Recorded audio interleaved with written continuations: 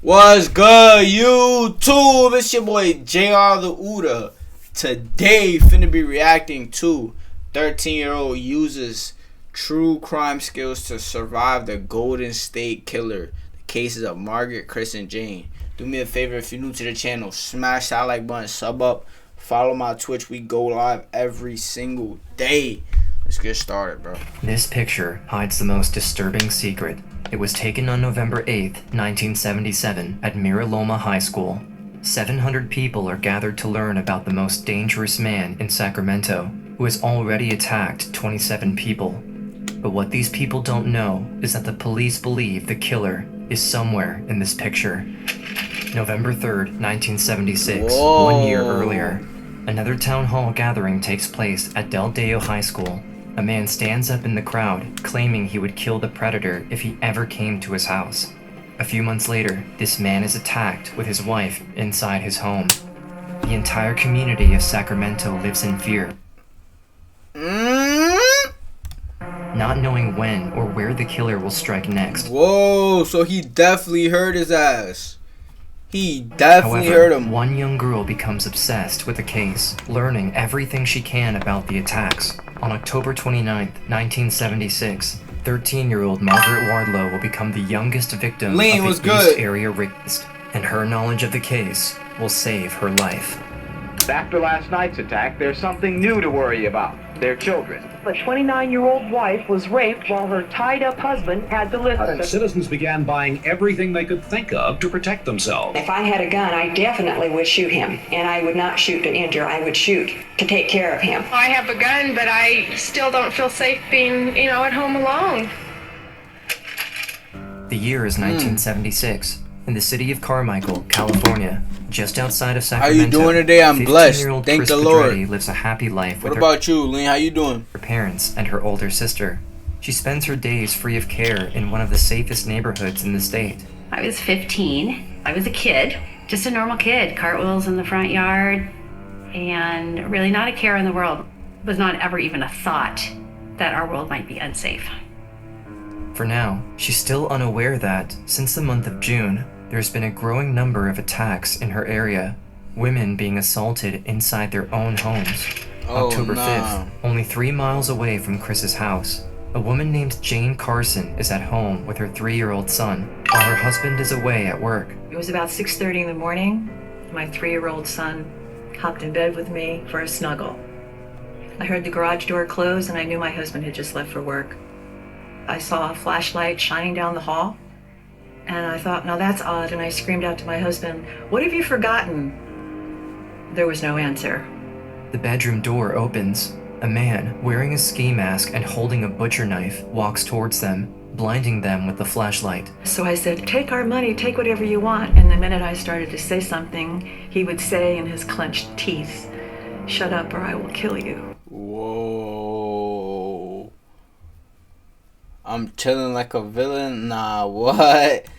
Toxic, yo, I ain't gonna lie, toxic, but I'ma jizz only your mouth, gang. You gotta chill, bro. The man. Chill. Nah, this is before ski mask was ski mask, chat. This nigga grabbed his underwears and made holes in his underwears. Proceeds to tie up both Jane and her son by the wrists and ankles with shoelaces. Then, he gags and blindfolds them both.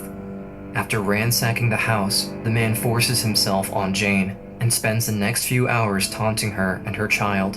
When the police are called to the scene, the man is long gone. Carol Daly is a detective put on Jane's case by the sheriff's department. Maybe something that the man said, or something that he did to you, or something that you recall hearing. He was a pro at making sure nobody was going to know who he was. My hands were tied and I was blindfolded and my child was with me. It was absolutely an obsession to be able to find out who this rapist was. Everybody was a suspect. Why the police can't catch the rapist and worried about their own homes being violated. They call him the East Area Rapist. He hits homes in the same streets, same neighborhoods, sometimes just a few houses away from a Nah, that's crazy. A few houses away. Jack the Ripper type shit, gotta be. But a few houses away from each other, Nigga, huh? You that bold? He's the boldest of the boldest. Previous victim. No one in Sacramento feels safe, but 15-year-old Chris Pedretti has no idea. I certainly didn't read the newspaper, and my parents didn't discuss it, so I didn't have any clue that there was danger in our community. December 18th, 1976, only 2 months after the attack on Jane Carson and her son, Chris is at home, alone. That night, my parents went to a Christmas party. I went to play the piano. I heard a noise, and I stopped playing. I listened, and it was gone. And all of a sudden, there was a knife at my throat, and he pressed it hard and said, "Make a sound, and I will kill you." I froze. The brain stopped thinking at that point. I mean, I just went straight into survival mode. Chris is blindfolded and gagged. Her wrists are bound. The man forces her out to the backyard, where he cuts off her clothes and leaves her there. She can hear him inside the house, cussing and ransacking, and all she can do is wait. At that age, I didn't know what I was waiting for. Damn. So then he came back and... She was 15? Yeah, she was 15, but that's crazy. Can you tell your girlfriend? Say hi. Lean, I got you. What did you do today? Nothing much. I just went to the gym, you feel me? Got my gains in, you feel me?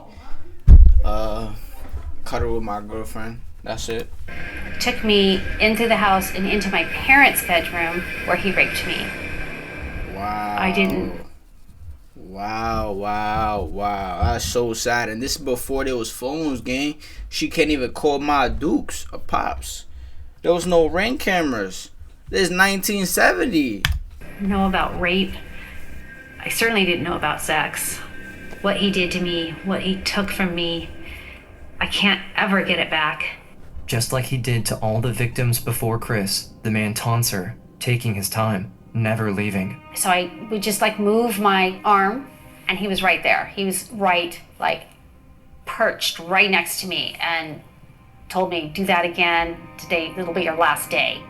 After more than an hour, Chris is exhausted, tired of being afraid. She doesn't care what happens to her anymore, but she can't continue to sit there and do nothing. She rubs her blindfold off and manages to get up with her hands tied. Thankfully, the man is gone. When the police arrive, Chris is taken to the sheriff's office for a physical exam and for further questioning.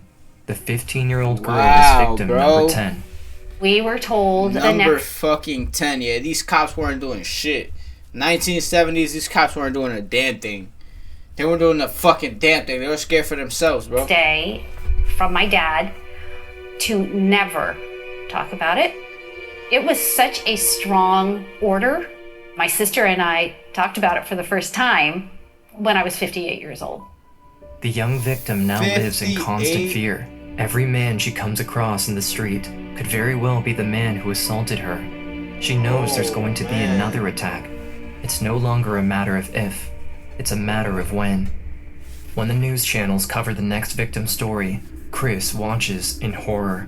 There was a news report. He told the female victim in effect that if he saw anything in the newspapers or on television or heard on the radio anything about this latest attack, he would kill 2 people tonight. I knew I was gonna electric chair this nigga. Word. I ain't gonna lie, he's a menace. He's doing it close by too. He don't care. He probably live on that same corner. And I knew. My sister and I, we just stayed awake all night, waiting. By late fall, when the East Area rapists began claiming 2 and 3 victims a month, citizens began buying everything they could think of to protect themselves. Hardware stores didn't have locks on the shelves anymore. Guns were flying off the shelves. March 8th, 1977, 3 months after Chris was assaulted, the count is up to 15 victims, but still, the cops have no leads. The man is highly efficient in leaving no trace behind. He has a strong understanding. Yes, sir, Lean. Appreciate you. No cap. W. Lean. Appreciate you. Police's reaction time, and he knows how to evade detection. He knew everything that need to be known about law enforcement. But his MO is always the same. In a news article, they describe that the East Area rapist has never hit a house with a man inside. Right after the article is published, the MO changes. March 18th. Nah, yeah, that's crazy. How the fuck does he know that? Yo, he never hit a house with a boy inside. How the fuck does he know that? These gotta be personal people. He gotta know every single one of these people. That's the only way. A couple becomes the target. The 29-year-old wife was raped while her tied-up husband had to listen. He raped a 29-year-old housewife near the Ignacio Valley shopping The husband watched center at 5:30 this morning. Her husband was tied up nearby and had to listen. After tying the couple up, he puts glassware and plates on the man's back, threatening him that if he moves, the man will hear him and kill his wife. The sheriff decided that we would hold community forums. I had no idea there were going to be several hundred people that would show up. If we have a gun, could we shoot him? Knowing what I know about this man, if I had a gun, I definitely would shoot him. And I would not shoot to injure, I would shoot to take care of him. In one of those meetings, a man stood up and said that if he ever comes to my house, I'll kill him. That he would protect his wife, protect his family. May 17th, only a few weeks after that town hall meeting, the man is attacked at his house with his wife. The It is likely same that East nigga. Area rapist was in that town meeting, disguised as a concerned citizen, and he took that outburst as a challenge. I have a gun, but I still don't feel safe being, at home alone. You're always looking over Yo, your toxic shoulder. butt. What you mean? What you mean, Facebook twin? What happened? Always. I was afraid. Is he going to come back? Is he still stalking me?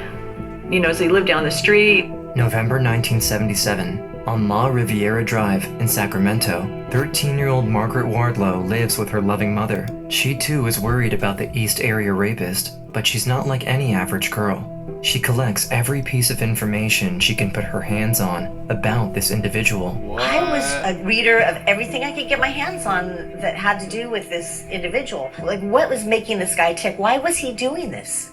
He really got off on power and control through fear. The fear in his victims is how he really got pleasure, from what I could understand from everything I'd read. My mom always Weirdo. said, she's too old, I was too young, we wouldn't be victims. Although her mother is probably worried herself, her words reassure Margaret well enough. As the attacks become more and more violent, one thought troubles the investigators more than any other. We knew he was ready to kill. We were afraid our next phone call was going to be to a homicide scene instead of a rape scene. November 10th, 1977. It was a school night. I was awoken about 2:30 in the morning with a flashlight in my face. I saw him in a mask. I had my hands tied behind my back. Alone in her room, Margaret is aware that her mother is also probably tied up. As she hears the man walk into the kitchen and rattle with plates, she understands what's about to happen. I knew if he came into my room, he was going to rape my mom. And if he went into my mom's room, he was going to rape me. And he went into my mom's room.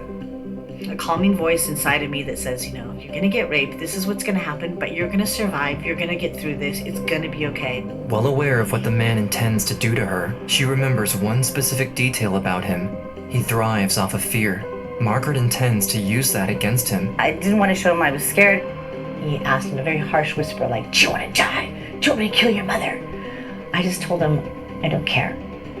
That was my way of telling him, you mean nothing to me. I'm not afraid of you.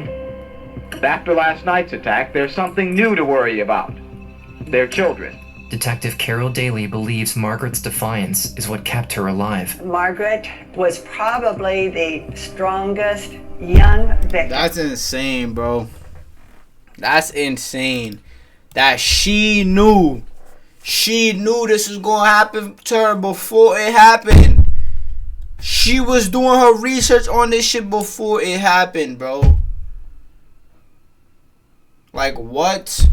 This nigga's hitting every single house on each neighborhood. If he hits the house on the corner, he's hitting the one next to that one on the corner tomorrow. He's wildin'.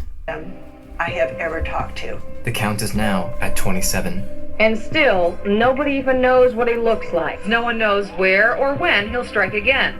There was no stone left unturned. After These working detectives ain't doing 27 shit. of those cases, there wasn't a night went by that I didn't close my eyes and think about what those victims went through. It's October 1979. No one knows why, but it seems 50? the rampage has stopped. No one in Sacramento knows if it will last.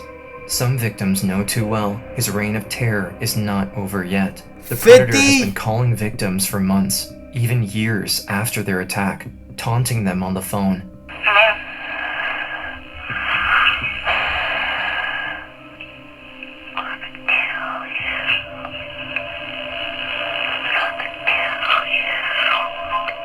While Sacramento breathes a sigh of relief, a new terror emerges in the Los Angeles area. A serial killer is on the loose, killing couples inside their homes. No one connects the crimes to the East Area Rapist because there's little information shared between counties. They now call him the original Night Stalker, This a name nigga's coined before the insane. coming of Richard Ramirez in 1984. December 30th, 1979, Dr. Robert Offerman and his girlfriend, Alexandra Manning, are murdered in Goleta. March 13th, 1980, Lyman and Charlene Smith are killed in Ventura. August. Yo! Back to back to back to back to back to back. He's wildin', bro. Rest in peace. Father, Son, Holy Spirit, amen. Bro, rest in peace to all these couples, gang. To anybody who lost their life or been affected by this weirdo. Bro, it's actually back to back, though. Like, the police, where are y'all at? 19th, Keith and Patrice Harrington in Dana Fuck. Point. February 5th, 1981, Manuela Wattoon in Irvine. It's July 1981. A realtor walks into a home in Santa Barbara County and makes a grisly discovery. Sherry Domingo and Greg Sanchez are found dead. Sherry has been bound and bludgeoned. Greg has been shot and beaten. For 5 years, this becomes the last known attack from the original Night Stalker, until May 4th, 1986, when Janelle Cruz is found murdered, becoming the youngest victim of the serial killer. It's 1994, 8 years after the last attack. I thought he was dead. And all these years, I just found a way to deny it. Paul Holes, Bro, a cold what? case investigator, stumbles upon case files with the title East Area Rapist on them. A serial predator Holes has never even heard of. As he reads through huge stacks of evidence and papers referring back to 1979 in Sacramento, Detective Holes is hooked. With the coming of new DNA technology, he is hopeful that he can solve this case quickly. But his first real discovery happens in 2001. The samples collected in Sacramento match the ones from Los Angeles. Finally, Detective Holes can... Whoa. And 2001 is crazy, bro. That's literally 30 years after he did his first murder. Or probably his first murder, probably not. say with confidence that the original Night Stalker is in fact the same person as the East Area Rapist. But even with this new information, Detective Holes is unable to find a match. He had never been convicted of a crime that qualified him to be compelled to give his DNA to be put into a database. During his investigation, Detective Holes gets a call from an unexpected ally, Michelle McNamara, who has been investigating the case just as obsessively as he has.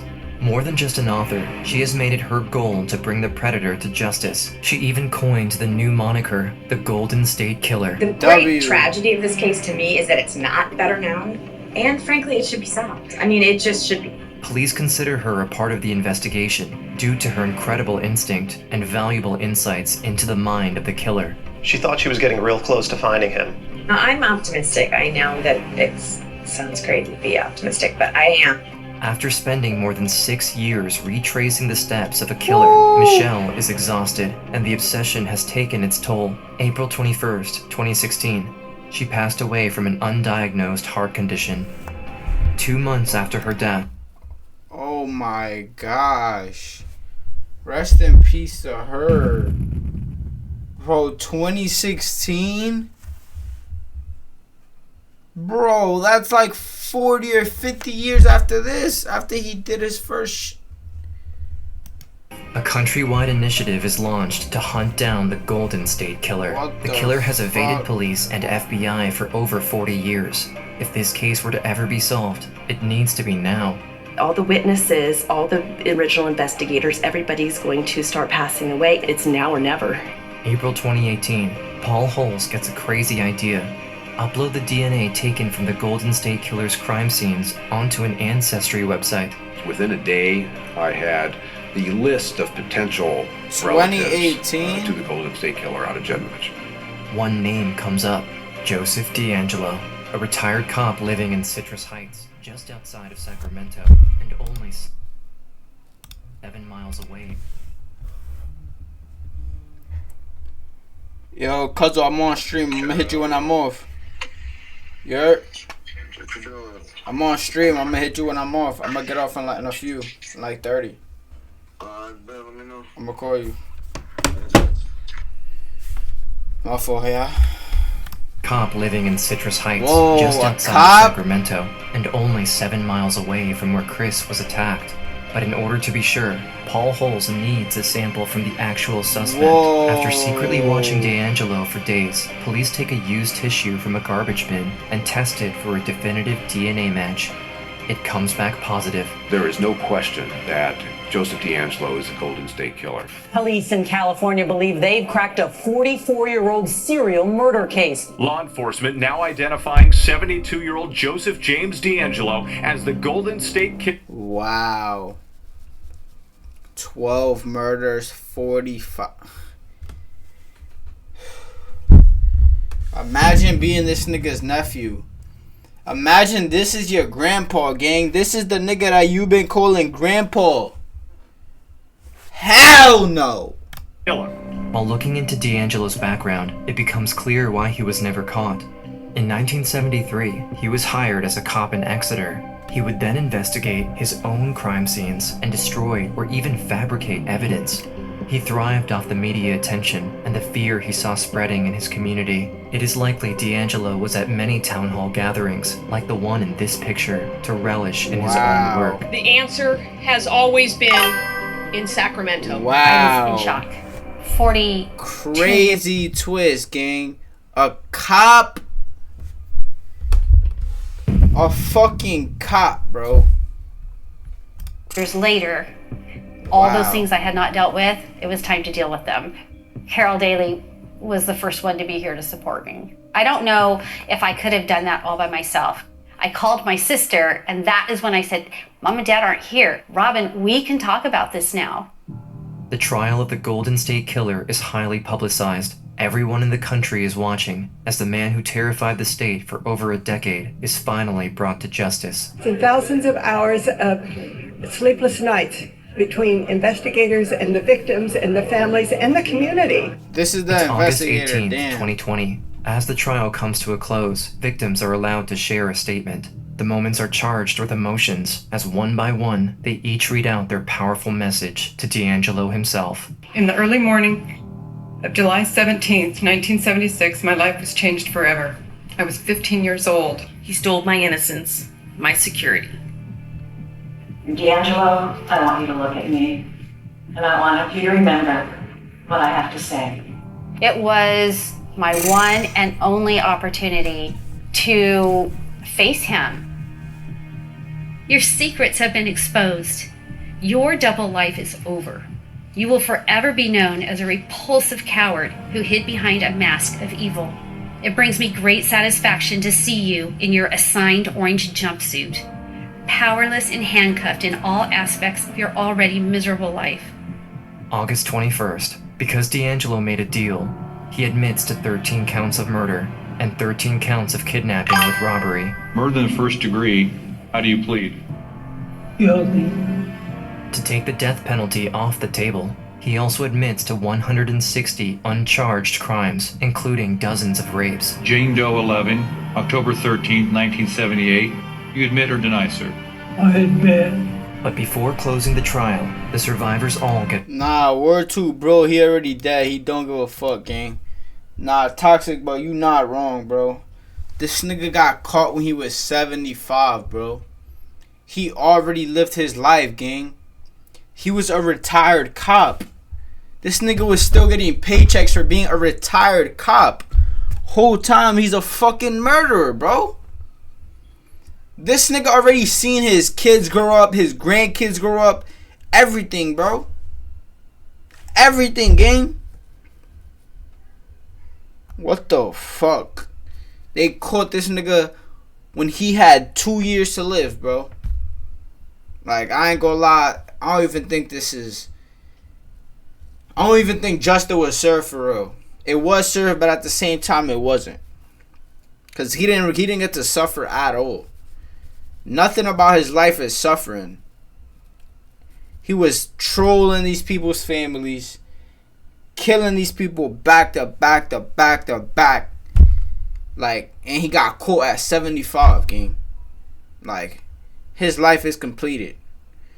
Justice was served, but it wasn't served. One last opportunity to humiliate the man who haunted their nightmares for over 4 decades. It was when they read the comment when all of us just started laughing at him. Jane Doe number 20 reported that he had a small penis, a fact that was consistently reported by the majority of the sexual assault victims.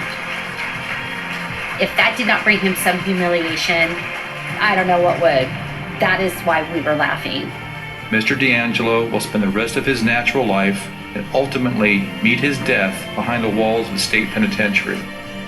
I'm so glad it's over. I mean, it is such a relief. Small Finally, dick after all this time. Small dick is crazy. I'm not gonna lie. That doesn't equal what he did though. They trolling him with that like that's a bro. Gang. Y'all lost. Like, what he did to y'all does not equal that. I'm sorry, bro. Like, what he did to y'all was completely wrong. Don't get me wrong. Inhumane, whatever you want to call it.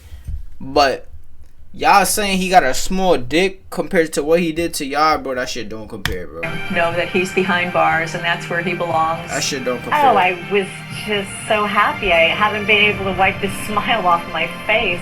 I was able to face him. I could now begin to leave the dark part behind me and start moving towards the light. The survivors really created a network for each other. Chris built a support group for other survivors. It became a network for families and friends. Mostly what I would like people to take away from this is that they can be free and they can speak. She says each person is kept in a cage created by trauma, but the key to open it is in their pocket. We're so terrified to pick up the key and walk out that we remain in this self-imprisonment. The key is right there to open up this prison door. All you gotta do is use it. In memory of all those impacted by the crimes of Joseph Angelo. Bro, rest in peace to everybody who lost his life in their video. And rest in peace to, just prayers to the families in general, bro. To everybody who was affected by this nigga, bro. Not gonna lie, that shit was absolutely insane. But do me a favor, YouTube. If you like this video, do me a favor. Smash that like button, sub up, follow my Twitch. We go live every single day. Thank y'all so much for watching, man. I'm out of here, dude.